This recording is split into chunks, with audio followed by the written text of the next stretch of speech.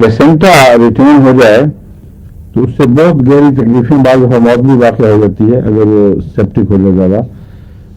उसमें पल्स्टिला जहाँ काम नहीं करती वहाँ और जो दवाएं हैं जो इस सूरत में याद रखनी चाहिए, एक सीपिया है।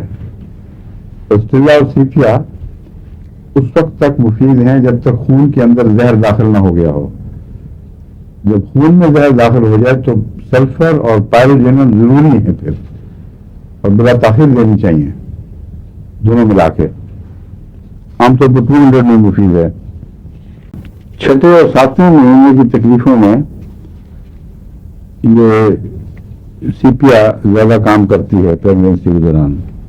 जो मैंने इलामतें बताई थी ना कि अचानक ताल्लुकात फीके से पड़ जाते हैं, इसमें कैंप में भी लिखा हुआ है कि मेल और फीमेल दोनों में यह कदर मुश्तरक है।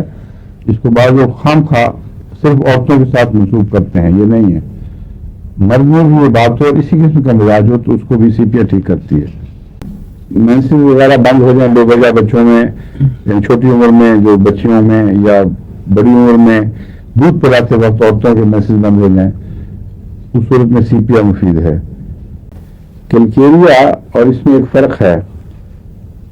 कैलकेरिया में मैंने बताया था सर्दी लग जाए छोटी उम्र में, जब टीनेज की उम्र में मेंसेस हो और सर्दी लग जाए, और इसमें उस वक्त की तकलीफ भी है और दूध पिलाने के वक्त भी। लेकिन दूध पिलाने में इस कैलकेरिया और इसका एक फर्क है। इसमें दूध पिलाया जाए, जब सीपिया औरत की दूध पिलाती है तो उसके मेंसेस बंद हो जाते हैं, और कैलकेरिया में जारी हो जाते हैं।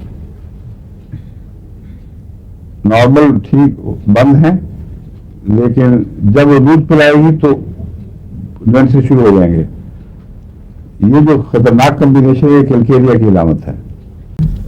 टांगों में हर जगह रोमैटिक दर्दें ये भी आम हैं। म्यूरेक्स में और इसमें बाद अलामतें मिलती हैं। ये जो मेंसेस वगैरह की अलामतें मैंने बताई थी, ये सारी म्यूरेक्स से मिलती हैं सीपिया में। लेकिन बुनियादी फर्क जो बहुत ही नुमाया और तमीज करने वाला है वो ताल्लुकात का अंदाज है। जो ताल्लुक के जज्बात म्यूरेक्स में बहुत बढ़ जाते हैं और ख्वाहिशें बड़ी बढ़ जाती हैं और सीपिया में मर जाती हैं, तो इसलिए इसमें कोई इश्तबाह नहीं रहता। बाकी एक्सरसाइज अगर दरमियानी की जाए तो तकलीफ बढ़ती है सीपिया में। अगर बहुत ज्यादा एक्सरसाइज करें तो फिर इसको काफी रिलीफ मिलता है।